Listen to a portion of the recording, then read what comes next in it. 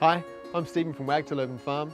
Now that we're spending a bit more time at home, we're looking for activities for the whole family. What I'm going to do is demonstrate some gardening activities that the kids might enjoy. Here's a nice fun experiment that the kids might love, and that's growing food scraps into bigger plants. So really simple. If you ever cut the stalks off a celery, you have the base, you can actually pop that into some water and it will re-sprout. Here I actually cheated, I left these sprouts so you could see them, but it will regrow. You won't get a full celery out of it, but what you might be lucky enough to get is the flowers, and then you can collect the seed. But it's really fun just watching that grow. All you do is place this in a saucer of water. Another one, classic, is a potato. When you're peeling it, you cut the eyes off.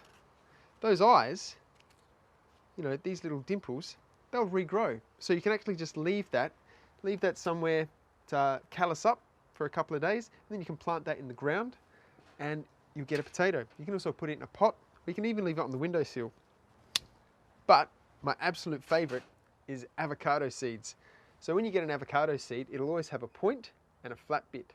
The flat bit is where the root comes out, and the point is the one that you want pointing up. What I do is I get toothpicks and push them in on 3 points.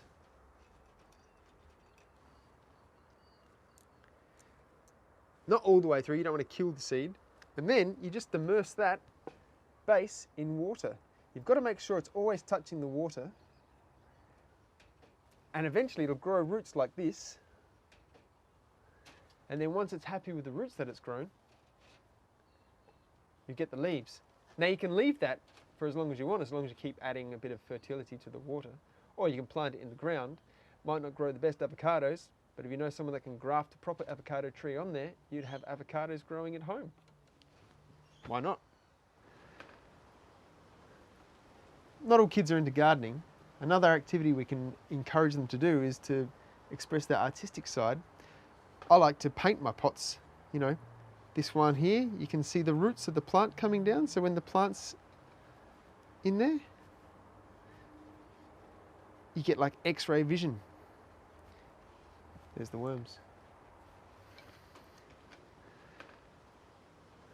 Another fun activity, especially for the kids, is making origami planter pots. These are great because you can put your seedlings into there and then plant that straight into the ground, and the paper breaks down and the plants can just grow through them. So they're really easy to make, just out of an old newspaper. You fold the newspaper with its natural fold, then you fold it again, open it back up. You want to have the loose flappy ends pointing away from you, and then as if you're making a paper plane, fold the edges up. The creases don't have to be absolutely spot on. It's going to get buried in the ground.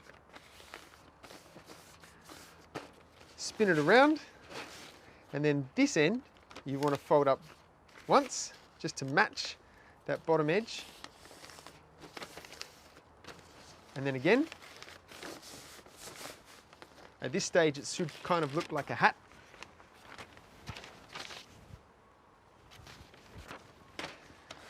Flip it over, and then you want to fold. So this is the side where there's no folds on it. You want to take this edge and fold it into that center again.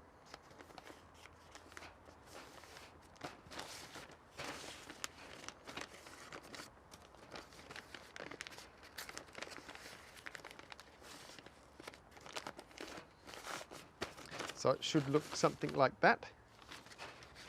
Flip it around, and this bottom edge, you want to do the same as the first one. Fold it up to match, and then fold it one more time. So once you get to there, unfold that flap, and you want to tuck it between this one and that piece that goes up. So fold that in to there. Again, it doesn't have to be pretty. that one onto that side.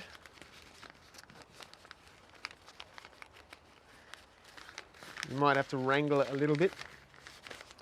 And it should sit nice and flat once it's tucked in. And the very last step is you take this point and you fold it so this edge is completely straight down to the first corner, so down to here. Once you get it there, very gently just flatten that outside edge as far as you feel comfortable, and then unfold it, because when you open it up, that's the edge that this point will fold down into so it sits flat. There's plenty of information online about making paper pots. This is just the easiest one that I could find. And there you have it. You can decorate them, or you can just leave them be like that. Really easy to make, and they're free. So what we're doing here is we're looking at raising our own seedlings. The reason we do this is it's a lot cheaper than buying them, and it's good fun too. There's nothing like, especially with the kids, watching the seeds pop out of the ground. So I've just got a seed tray that I got from a nursery. Any plant nursery will have a stack of these. You can buy them, but usually there's some that they're throwing away. They don't have to be in great condition. And with a butter knife, I just put some furrows in the top like that. The golden rule with seeds is you plant them half as deep as they are high. These are leek seeds. They're not very high at all. So when I come to bury them, I'm just going to lightly sprinkle some soil over the top. And I want to space them about every 5 centimeters. Doesn't really matter because we can thin them out afterwards.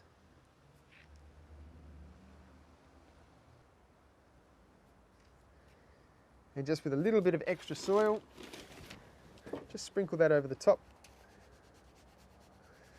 Now the most important thing about sowing your own seeds is a label.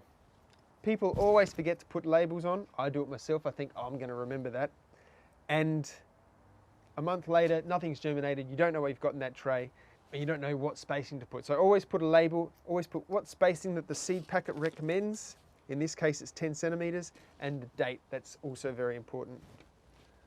You can't go wrong. And then, a few weeks later, you get something like this. This is cute because you can even see the little seeds sticking on top of the plants here. There you go. So now we've got our seedlings. They're quite mature. We can transplant them into the ground, or what I'm going to do is demonstrate how to transplant them into our paper pot. So the first thing you want to do is add a little bit more potting mix.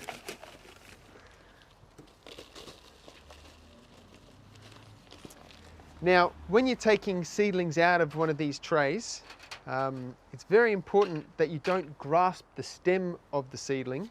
What you want to do is, if you can, get a nice hard object, in this case it's a banister brush, and just gently tap, holding onto the leaves of the plant so that you don't damage the stem, because if you damage the stem you can actually kill the plant. Then make a little space. I'll put it out here so you can see more clearly. Still holding it by the leaves, you're not going to damage it. Pour your potting mix in, and then just lightly firm it down. You don't want to compress the soil too much, just lightly firm it down. And there you go. It'll survive in there for another probably 2 or 3 weeks before you have to put it in the ground. So there you go. There's a few activities that you can do at home with what you've got lying around that you and the kids will find entertaining and educational.